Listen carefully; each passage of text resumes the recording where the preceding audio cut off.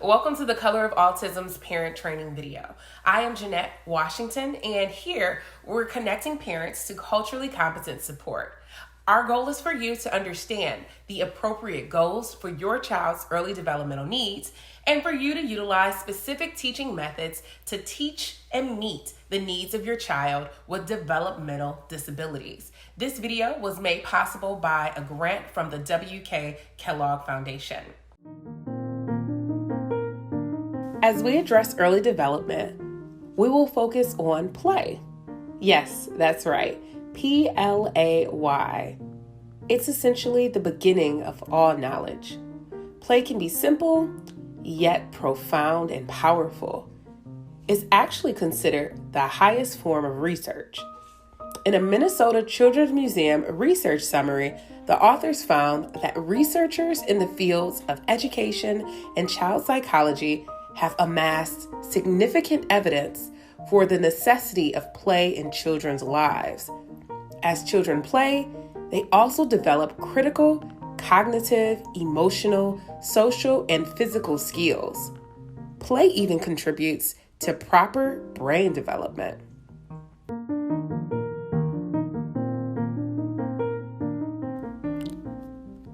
Among its contribution to brain development, play helps children develop new competencies that lead to enhanced confidence and the resiliency they will need to face future challenges. Is your child on a sports team? Well, I hope so, because organized play allows children to learn how to work in groups, share, negotiate, resolve conflicts, and learn self-advocacy skills. Self-advocacy, resiliency, and confidence are all important skills for adults, so it's a no-brainer that these learning skills would be important for a child and would give your child a leg up as they mature. So get this, play is so important to optimal child development that play has been recognized by the United Nations High Commission for Human Rights as a right of every child. Yes, that's right, every single child.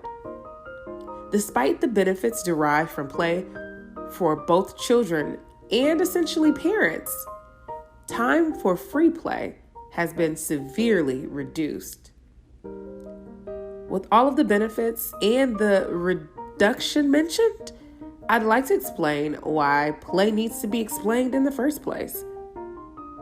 Because ultimately, there are forces that prevent children with developmental needs, children in poverty, and children from working class families from benefiting fully from play.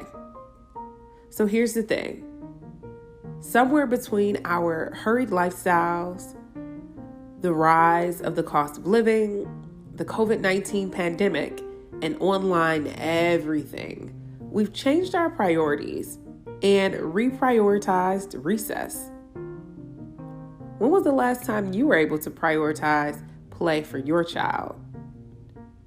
Do you embed recess into your child's schedule? Don't worry, I won't wait for the answers to those. Our increased attention to online and hybrid academic models and enrichment activities are at the expense of play. Play also offers an ideal opportunity for parents to engage fully with their children.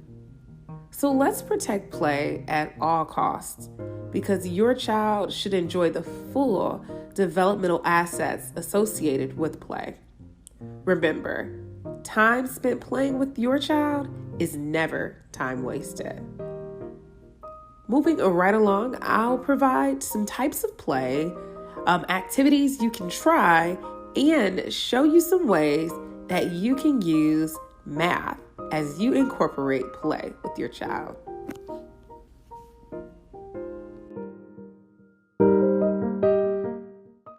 Here are some types of play your child will use. Functional play. Your child will explore different toys and objects to see exactly what they do and to start playing with the toy for its intended use. For instance, a ball can bounce, blocks can stack, cars can be pushed on the floor. Functional play typically starts to develop around 12 to 18 months. Next is symbolic play. Your child may use one object to represent another object. For example, your child may pick up the TV remote and use it as a telephone. Or maybe they hop into a cardboard box and pretend that it's their car or house. Symbolic play typically starts to develop around 18 to 24 months. Finally, we have imaginative play. Your child will start to act out a familiar routine or maybe even something that seems interesting to them. For example, feeding a doll, playing a doctor. Imaginative play typically begins and starts to develop around 24 to 36 months. So what kind of play is your child doing right now? Let's also keep in mind that nursery rhymes, riddles, songs, poems, and read aloud books all help children to manipulate sounds, which supports phonological awareness and has the potential to back up play-based learning. Well, what about blowing bubbles? Don't just blow them and say nothing. Bubbles are an excellent way to get your child playing, interacting, and motivated to communicate. When blowing bubbles, you could try eliciting a B sound. B is an early developmental sound. Also, the P sound can be utilized for pop. Adding in a verbal routine such as counting 1, 2, 3, wait, then go. Giving an expectant look before you blow while modeling the word blow. Pointing plus saying pop, pop, pop. Modeling more plus you want the sign before blowing. Giving your child an empty wand to set up an opportunity to ask for help. Blowing in front of a fan for a dramatic effect, which is always extra fun and adds a little more of a cherry to the top of play. And finally, modeling, all the bubbles disappear or spill. Now I want you to grab a pen or a pencil and also grab a piece of paper because I'll be giving you 4 other playful ideas that will spark your child's interest and learning. First is taste safe paint. You will need baby cereal, food coloring, and warm water. So how you'll make the taste safe paint is by mixing a spoonful of baby cereal with warm water and add a drop of food color. Add some cars for your little one to race through the paint to make different track marks. This activity targets fine motor skills among so many other things. Again, that first activity is taste safe paint. The next activity number 2, is Legos and building words. You will complete this activity by writing down a word on a building block. On separate building blocks, write down the word according to their phoneme. For instance, for the word car, you will write a C, which is that first sound, and then AR, which is that second sound. And you will work with your child to put together words using their favorite toy or a tool that is very familiar with them, the Lego. Next, we'll do Play-Doh and counting syllables. This is our third activity. How to use this activity? You will use Play-Doh, roll a few pieces into balls, write the word down, then count the syllables using the balls of Play-Doh. And you can smash them together. For instance, we'll use the word car. So you can put a C or say C for one piece that is a ball of Play-Doh. Then you can use that AR sound for the other piece of that ball of Lego and push them together when you say the word.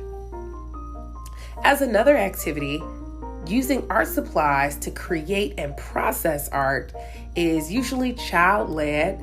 There's no right or wrong way to create, and the child can say, I made this myself. This could be with crayons and a coloring sheet or paint and a canvas. So we have the Taste Safe Paint activity, number 1, the Lego and Building Words activity, which is number 2, the Play-Doh and Counting Syllables activity, which is number 3, and then the Art Supplies activity, which is number 4.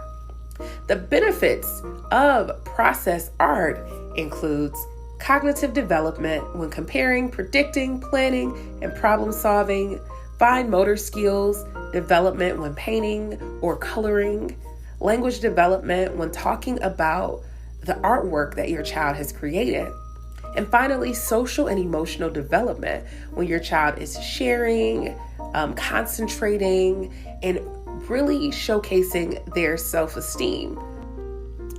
This activity complements the following areas of learning in the early years foundation stage, also known as EYFS: writing, physical development, communication and language, personal, social, and emotional, and exploring and using media and material.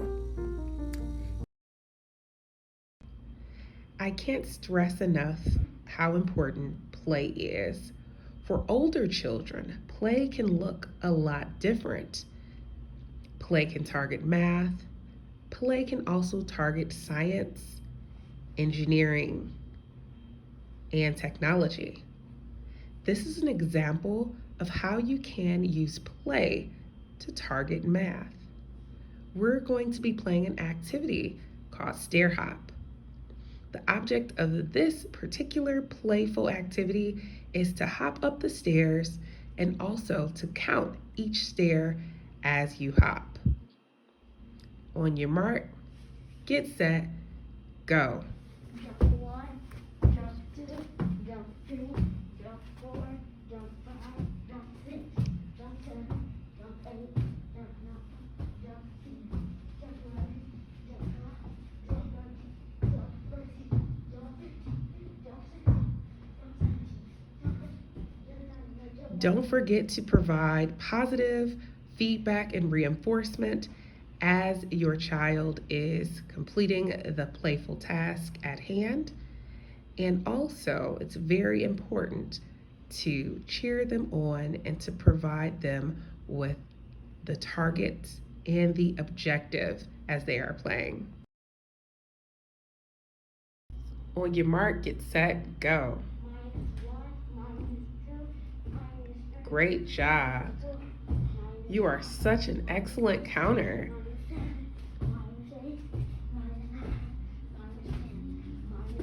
Now we're practicing subtraction. Awesome. High five for you. Here's a true and false statement for you. Play is one of the most important ways that your child can learn about the world around them. Do you think that statement is true or false? Well, if you guessed true, you are right. Here is why the answer is true. Play helps children learn new skills, build language, and relate to the world around them. Play is very important in the development of language because it encompasses skills like interaction, socialization, cognition, and problem solving. I hope you were able to answer that true and false statement correctly, but more importantly, I hope you were able to reflect on how play affects your child's early development and understand the specific teaching methods to meet the needs of your child with developmental disabilities. Thank you for viewing The Color of Autism's parent training video.